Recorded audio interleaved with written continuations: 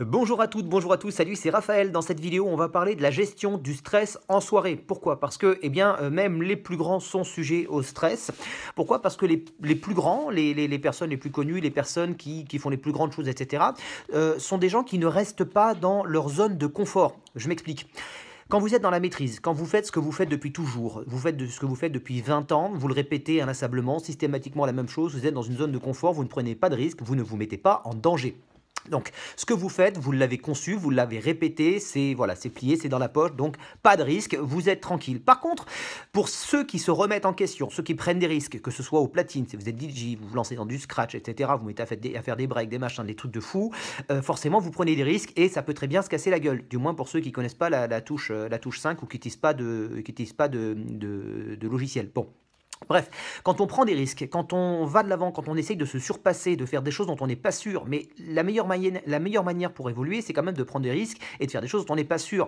Et vous ne pouvez pas forcément les répéter tout le temps à la maison, ces choses-là. Donc il y a quand même un moment donné, vous êtes obligé de vous y mettre sur le terrain. Bref, le stress arrive pour des raisons diverses et variées, que ce soit sur une prestation technique, sur une prise de parole, sur une animation, parce que vous êtes un peu intimidé, parce que vous êtes en soirée avec des gens qui sont d'une catégorie sociale un petit peu supérieure à la vôtre, parce qu'il y a quelqu'un d'important dans la salle, parce que vous voulez faire bonne impression, parce que c'est une nouvelle salle, que c'est un nouveau traiteur, parce que peu importe, quel que soit votre métier, on est tous soumis à des situations de stress et ce n'est pas de la panique, ce n'est pas de l'incompétence, c'est tout à fait normal et c'est même bon signe. Si vous êtes stressé, ça veut dire en prestation, si vous avez le trac, c'est aussi la même chose le trac, ça veut dire que vous n'êtes pas dans votre zone de confort et ça c'est très bon parce que quand vous prenez des risques, c'est que vous donnez quelque chose aux gens, c'est que vous leur donnez davantage et systématiquement vous aurez un retour de ça. Bon, alors je vais vous donner plusieurs manières de gérer rapidement ce stress-là. Je ne vais pas vous faire une vidéo d'une heure ni d'un quart d'heure là-dessus. Parce qu'il y a plein de vidéos sur YouTube qui existent sur la gestion du stress. Moi, je vais essayer de faire quelque chose de très concis et très rapide. Bon, la première chose, c'est d'être préparé au maximum. Alors, préparé au maximum, il y a une méthode qui est très utilisée, qui s'appelle, que les sportifs utilisent très souvent, et les sportifs de haut niveau, et qu'ils appellent l'imagerie mentale. Souvenez-vous, par exemple, vous avez déjà vu lors de cérémonies, lors de Jeux Olympiques, par exemple, des sauteurs à la perche, des sauteurs de haie, je ne sais pas comment ça s'appelle. Des gens qui font de l'athlétisme, qui sont en bout de piste, et le sauteur à la perche, il est assis, il a croupi, il a sa perche comme ça sur l'épaule, puis il est concentré, il est sur son truc. Vous savez ce qu'il fait pendant ce temps-là? Il imagine sa course, il compte ses pas, il la visualise, il est en train de s'auto-suggérer, et il va placer sa course dans son esprit, il va persuader son inconscient que c'est ça qu'il faut faire, comment le faire, il va se le répéter à l'intérieur de lui-même, il va se l'auto-suggérer. Et si son inconscient l'accepte, cette suggestion devient une auto-suggestion, et va influencer ses mouvements, et va l'aider donc à reproduire ça en réalité. Eh bien, vous pouvez utiliser cette technique et faire la même chose chez vous. Si par exemple, vous avez tendance à bégayer au moment de prendre la parole, au moment de présenter les gens, au moment où ils rentrent dans la salle, au moment d'ouverture de bal, eh bien, vous allez écrire, un petit peu comme dans la formation pour la prise de parole au téléphone, vous allez écrire des phrases type et vous allez vous les répéter. Pourquoi? Parce que ce qui se conçoit bien s'énonce aisément.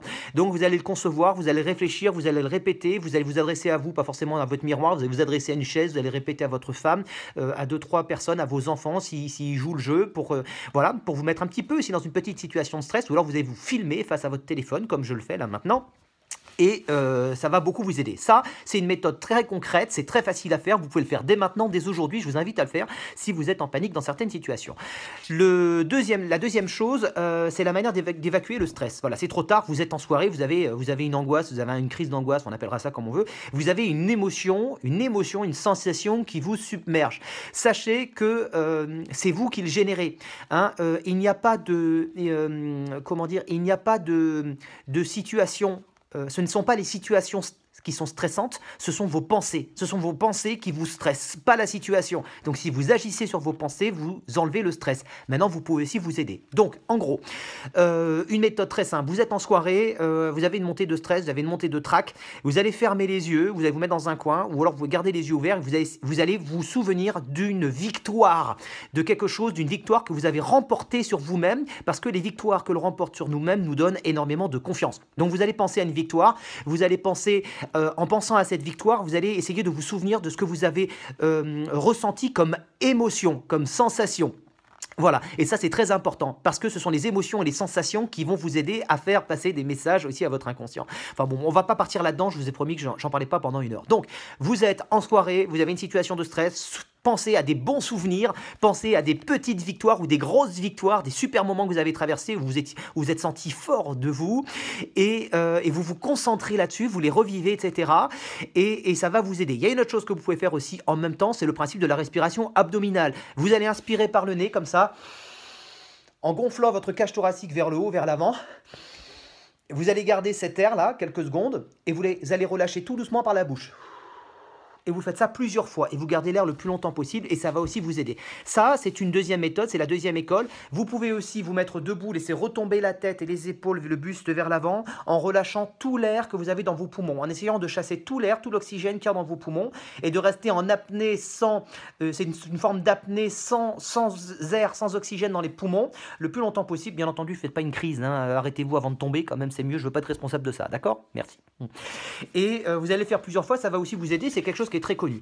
Voilà, le troisième point, c'est une méthode qui émerge en ce moment sur Internet. Il y a pas, je ne pense pas qu'il y ait d'études sérieuses là-dessus. Apparemment, ça donne vraiment beaucoup de très bons résultats. C'est, vous avez une crise, et bien vous fermez les yeux, vous vous concentrez sur la crise et vous l'acceptez et vous la laissez entrer en vous et vous la vivez et en théorie, ça finit par partir. Bon, je ferai un truc, il faut que je lise un bouquin, il faut que j'achète cette formation pour la suivre. Ça va encore me coûter 900 balles cette histoire. Et puis, je vous en parlerai. Voilà, c'est quelques principes pour la gestion du stress. J'espère que ça vous sera utile. Je vous souhaite une excellente journée à toutes et à tous. Salut, ciao!